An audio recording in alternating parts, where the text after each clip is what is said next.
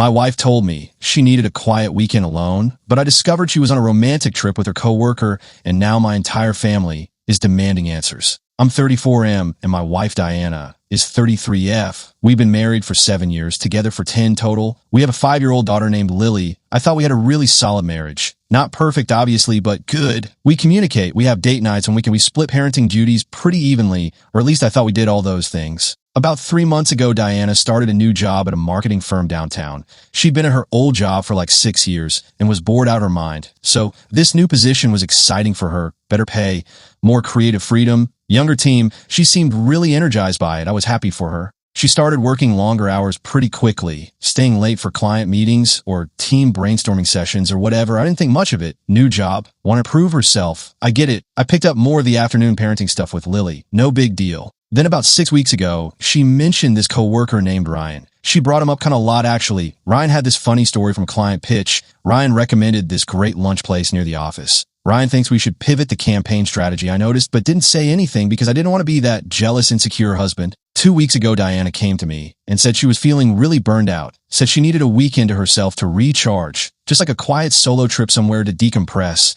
She'd been working so hard and parenting is exhausting and she just needed a break from everything. Could I handle Lily for the weekend? I said, of course. I told her she should absolutely take time for herself. She deserves it. She works hard. She booked this little bed and breakfast about 2 hours north, showed me the website. It looked nice, cozy. She was leaving Friday after work and coming back Sunday evening. Friday morning, she kissed me and Lily goodbye. Said she'd have limited cell service, but would check in when she could. She seemed excited. I was genuinely happy she was taking time for herself. Saturday afternoon, I'm at the park with Lily, and I run into Diana's cousin Michelle. We're friendly, see each other at family stuff. She asks where Diana is, and I say she's on a solo weekend trip to recharge. Michelle gets this weird look on her face, says she could have sworn she saw Diana at brunch that morning across town at this trendy place called Harvest with some guy. I laughed it off, said must have been someone who looked like her because Diana was 2 hours north at a B, and B, Michelle looked uncomfortable and said, yeah, probably her mistake, but she had this look like she didn't believe it was a mistake. I couldn't stop thinking about it. That night, after Lily went to bed, I did something I'm not proud of.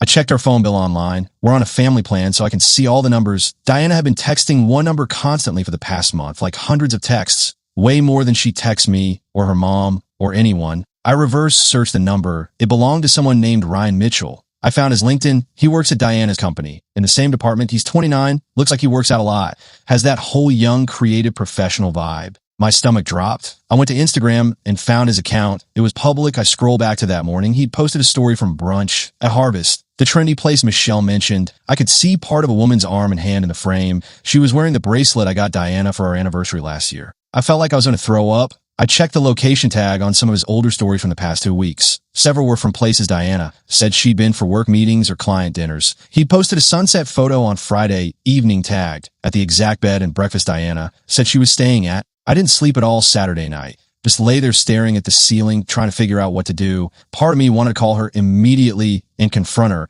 Part of me wanted more proof. Part of me was hoping there was some explanation that made sense. Sunday morning, I called the bed and breakfast, said I needed to get a message to my wife, Diana, and could they connect me to her room? The woman said they didn't have anyone registered under that name. I asked if maybe it was under her maiden name. She checked, no one. Diana texted me around noon, saying she was having such a relaxing time and would be home around 6. I didn't respond. I didn't know what to say. I spent the day taking care of Lily and feeling completely numb. She got home at 6:30. She looked refreshed, happy, glowing even. She hugged Lily and asked about our weekend, told us about the nature walk she took and the good book she read. I just watched her lie to our daughter's face. After Lily went to bed, I asked Diana how her weekend was. She went into detail about the peaceful room and the amazing breakfast and how much she needed that time alone. I asked if she did anything else, saw anyone. She said no, just her and her thoughts. I pulled up Ryan's Instagram on my phone and showed her the brunch photo. Her face went completely white. She opened her mouth, but nothing came out. I asked her to explain. She started crying immediately, said it wasn't what looked like that Ryan was just a friend, but they did grab brunch Saturday. But it was totally innocent that she did spend the rest of the weekend alone at the B and be like she said. I showed her the sunset photo from Friday night at the same location. She cried harder. I asked her point blank if she was having an affair. She said no, not technically. They hadn't slept together, but she admitted they'd been spending a lot of time together, that there were feelings there, that she'd been confused, and the weekend was supposed to help her figure things out. I asked why Ryan was there if she needed alone time to think. She said he surprised her, just showed up Friday night. She told him to leave, but they ended up talking all night. And then he stayed, but nothing physical happened, just talking and spending time together. I asked if she was in love with him. She said she didn't know. She was crying so hard she could barely speak. She said she still loves me, but she's been feeling disconnected from our marriage. That everything became about work and parenting, and we stopped being partners. That Ryan made her feel young and interesting again. I told her she needed to leave. She begged me not to do this, said we could fix it, go to counseling. She'd quit her job. She'd never talk to Ryan again. Please just let her stay so we can work through this. I said I needed space to think, and she needed to go. She packed a bag and left crying. She's staying with her mom. That was 3 days ago. Now Diana's entire family is blowing up my phone. Her mom saying I'm overreacting and marriages go through rough patches. Her dad saying I need to be a man and forgive her because nothing even happened. Her sister saying I'm breaking up our family over an emotional connection that hadn't crossed any real lines. That I'm taking Lily's mom away from her over nothing. My family is on my side. My brother wants to go beat up Ryan, which is not helpful. My mom is heartbroken for me and says I deserve better than someone who lies and sneaks around. Diana texts me constantly, says she made a terrible mistake, but we can fix this, that she'll do anything, that she's realizing now how much she loves me and our life, that she was just confused because of stress and new job energy, and she's seeing clearly now. But I keep thinking about how easily she lied, how she planned an entire weekend with this guy and looked me in the eye and told me she needed alone time. How she came home and lied to Lily about nature walks that never happened. How if Michelle hadn't seen them, I'd still have no idea. My friend says lots of people have emotional affairs and work through them, that I should at least try counseling before throwing away a 7-year marriage. But another friend says once trust is gone, it's gone, and I'd be stupid to take her back. Lily keeps asking where mommy is. I told her mommy is staying with grandma for a little bit while we figure some things out. She cried and asked if it's her fault. I told her absolutely not. This is grown-up stuff that has nothing to do with her. But I feel horrible that she's caught in the middle of this. So I don't know what to do. Diana's family is calling me unreasonable. My family says I should divorce her. Diana says she wants to fight for us. I feel betrayed and angry and sad, and I don't know if I can ever trust her again, even if nothing physical happened. Am I overreacting by kicking her out? Should I give her another chance since she says they didn't sleep together? Is an emotional affair something you can come back from? Or is the marriage basically over? Update 3 weeks later. A lot has happened since my original post, so I figure I should update. First, thank you to everyone who commented and sent messages. Some were supportive, some called me names, some shared their own stories. It helped to hear different perspectives even when I didn't agree with them. Diana, and I met with a marriage counselor about a week after I posted. She'd been texting me nonstop begging for a chance to talk things through with a professional. I agreed mostly because I wanted answers more than I wanted to reconcile. The session was brutal. The therapist asked Diana to explain what happened. She broke down immediately and said she'd been feeling lonely in our marriage for over a year. That after Lily was born, everything became about being parents, and we stopped being a couple. That she felt invisible and taken for granted. That when she started her new job and Ryan paid attention to her, it felt good to be seen as something other than just mom or wife. I asked when the feeling started. She admitted it was pretty soon after starting the job. Maybe a month in, they started having lunch together every day, then getting coffee before work, then staying late at the office just talking. She said it was innocent at first, but the more time they spent together, the more she realized she had feelings. The therapist asked if anything physical had happened beyond what she already told me. Diana swore up and down that nothing physical happened at all. No kissing, no sex, nothing, just talking and emotional intimacy. I asked about the weekend at the B&B. She said Ryan booked his own room. They had dinner together Friday night and breakfast Saturday morning and spent Saturday together walking around the town, but slept in separate rooms. I asked if she actually wanted to fix our marriage or if she just felt guilty. She cried and said both, that she does love me and wants to fix things, but she also feels terrible about hurting me and Lily. The therapist asked if Diana was still in contact with Ryan. She hesitated, then admitted they'd texted a few times since she'd been staying at her mom's. Just him checking if she was okay. She said she told him they needed to stop talking, but he kept reaching out. I asked to see the text. She said no, that it would just hurt me more. I said if we're doing this therapy thing, she needs to be completely transparent.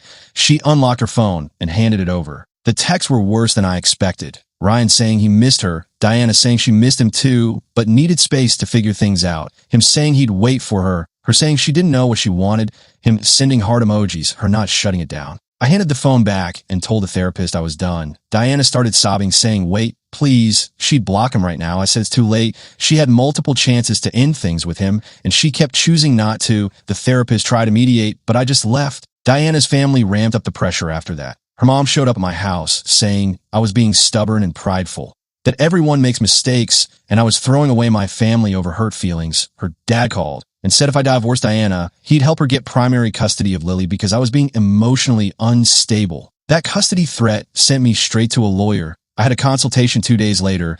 Lawyer said Diana's dad was full of it and threatening custody like that actually makes him look bad. He asked if I had any proof of the affair. I showed him the Instagram posts, the phone records, the texts. He said emotional affairs are tricky in divorce court, but the lying and deception would work in my favor. I haven't filed yet, but I have the papers ready. I told Diana we needed to figure out a temporary custody arrangement while I decide what to do. She lost it, said I was keeping her from her daughter. I said she could see Lily anytime. We just needed structure. We agreed on splitting the week for now. Here's where it gets messy, eh? I told Diana's family to stop contacting me, or I'd get a restraining order. Her mom backed off, but her sister Jenna started posting vague things on Facebook about how men always assume the worst and don't fight for their marriages anymore. I blocked her. Then last week I got a message from Ryan. He said he wanted to apologize man to man, that he never meant to come between a marriage, that he cares about Diana, but respects that she has a family and he'll back off.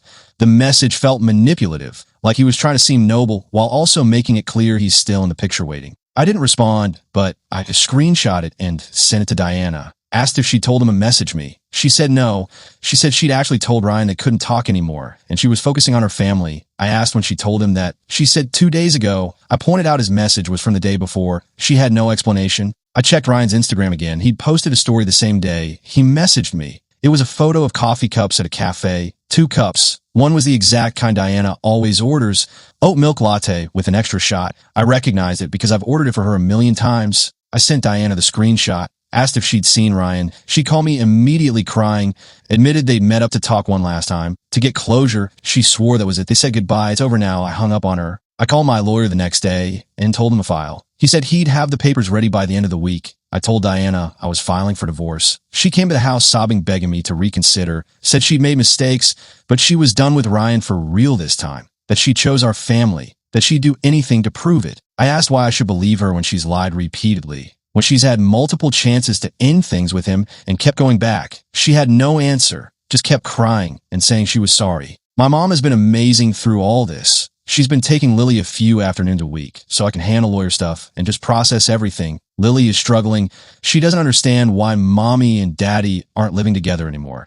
Diana's mom told her it's because daddy is being mean to mommy, which made everything worse. I had to sit Lily down and explain that sometimes grown-ups have problems that are nobody's fault, but we're working on fixing them. Diana's family is now fully against me. They've cut off all contact except for the custody stuff with Lily. I'm honestly relieved. The constant pressure and guilt trips were exhausting. My family wants me to move forward with the divorce immediately. My brother keeps sending me articles about emotional affairs and how they're just as bad as physical ones. My dad says Diana made her choice, and I need to respect myself enough to walk away. I don't know what I'm going to do yet. The papers are ready to file, but I haven't pulled the trigger. Part of me thinks maybe she really is done with Ryan, and we could try to rebuild. Part of me knows I'll never trust her again. Part of me is just exhausted and wants this whole thing to be over.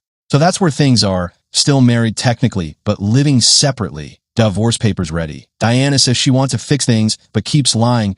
Her family hates me. My family want me to leave her, and I'm just trying to figure out what's best for Lily. Update 2 to 8 weeks later. I filed for divorce 3 weeks after my last update. I'm not going to get into all the emotional back and forth that led to that decision, but basically Diana lied to me one more time, and I was done. What happened was she swore up and down she blocked Ryan on everything, phone, social media, email, all of it. I wanted to believe her because we were trying to co-parent Lily, and it's easier if we're civil. Then I got a call from Michelle, Diana's cousin who originally saw them at brunch. Michelle said she felt terrible, but thought I should know that Diana and Ryan were still seeing each other. She'd seen them at a movie theater the previous weekend. Together, sitting close, she didn't want to get involved, but felt like I deserved to know since we were trying to work things out. I confronted Diana. She denied it at first. Said Michelle was mistaken. I said Michelle saw them up close in the theater lobby and is positive it was them. Diana finally admitted it. Said she'd run into Ryan by coincidence and they decided to see a movie as friends, that it didn't mean anything, that she was allowed to have friends.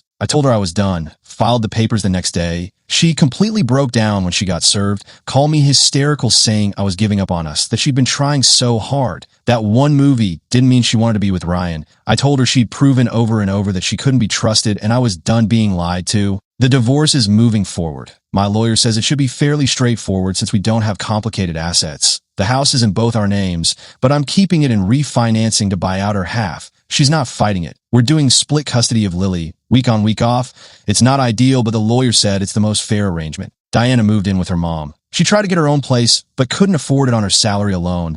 She's apparently miserable living there. Her mom is very I told you so about the whole Ryan situation. Apparently, once the divorce was filed, Ryan backed off completely, told Diana he didn't want to date a woman with a kid and messy divorce. She was devastated. So she lost her marriage and the guy she threw it away for in one fell swoop. Part of me feels bad for her. Mostly, I just feel numb about the whole thing. Lily is seeing a child therapist to help her process the divorce. She's doing okay considering. Some days she's fine. Other days she asks why mommy and daddy can't just fix things. I keep telling her sometimes grown-ups can't fix their problems, and that's okay, that we both still love her so much. Diana's family is still hostile toward me, except for Michelle, who's been really supportive. She apologized for being the bearer of bad news multiple times. I told her she did the right thing, and I'm grateful. Diana apparently isn't speaking to her anymore because she sees Michelle as the reason we got divorced, which is insane, but whatever. My family is relieved I'm moving forward. My brother took me out for a guys' night to cheer me up. It helped. I've been so focused on the divorce and taking care of Lily that I haven't really processed my own feelings. Starting therapy next week to work through everything. Work has been a good distraction. My boss has been understanding about me, needing flexibility for custody stuff. I'm fortunate to have a job that's accommodating. Someone asked in a message if I regret not trying harder in counseling. Honestly, no. I think Diana showed me repeatedly that she wasn't willing to fully commit to fixing things. She kept choosing Ryan, even when she said she wasn't. You can't rebuild a marriage with someone who won't be honest. Do I miss her sometimes? Yeah, of course, 7 years together doesn't just disappear, but I don't miss the person she became over the past few months. The lying, the sneaking around, the choosing someone else over our family. I miss who I thought she was. So that's the update. Divorce is happening. Diana is single and regretful. Ryan is gone. Lily is adjusting. I'm surviving, not thriving yet, but getting there. Final update, 6 months later. It's been 6 months since my last post, and I figure I should give one final update since people keep asking. The divorce was finalized about 2 months ago. It took longer than expected because Diana kept dragging her feet on signing things. My lawyer said she was hoping I'd change my mind. I didn't. Once everything was final, she sent me this long email about how she'd made the biggest mistake of her life and would regret it forever. I didn't respond. Custody is still week on, week off. It's working okay. Not perfect, but we figured out a rhythm. Diana and I are civil when we do handoffs, very businesslike, just logistics about Lily's schedule and school stuff, no personal conversations. Lily has adjusted better than I expected. She still has moments where she asks if mommy and daddy will get back together someday. I tell her no, but that we both love her very much. Her therapist says she's processing things in a healthy way for her age. Diana is dating someone new. I only know because Lily mentioned that mommy's friend Jason came over for dinner. I asked Diana about it because we'd agreed to not introduce Lily to anyone new until we'd been dating them for at least 6 months. She got defensive and said Jason is just a friend. But from what Lily describes, it sounds like more than that. I'm not going to fight her on it. She's going to do what she wants regardless. I just told her if Jason becomes a regular presence in Lily's life, I'd like to meet him first. She agreed to that at least. I've been on a few dates, nothing serious. Mostly just trying to remember how to talk to women without constantly looking for red flags. My therapist says I have some trust issues to work through, which makes sense. I'm not rushing into anything. Work is going really well. I got promoted, actually, which came with a nice raise. The extra money has helped with the legal bills and setting up my house to be fully mine now that Diana's moved out completely. The house feels different without her. I've been slowly redecorating, got rid of stuff that reminded me of her, bought new furniture. My brother helped me paint the living room. It's starting to feel like my space instead of our space. I ran into Ryan a few weeks ago at a coffee shop. Complete accident. We made eye contact and he looked terrified. I just nodded and went back to my phone. I have zero interest in confronting him or causing a scene. He's not worth my energy. Diana's mom tried to reach out last month saying Diana is really struggling and maybe I could talk to her. I said no, whatever Diana is going through is her consequence to deal with. I'm not her emotional support anymore. Michelle and I have stayed friendly. She feels guilty still about the whole thing, even though I've told her multiple times she did nothing wrong. We got coffee last week, and she told me Diana apparently went on antidepressants. I felt bad hearing that, but it's not my problem to fix anymore. My biggest realization through all of this is that I ignored red flags for a long time. Diana had been pulling away emotionally for probably over a year before Ryan came into the picture.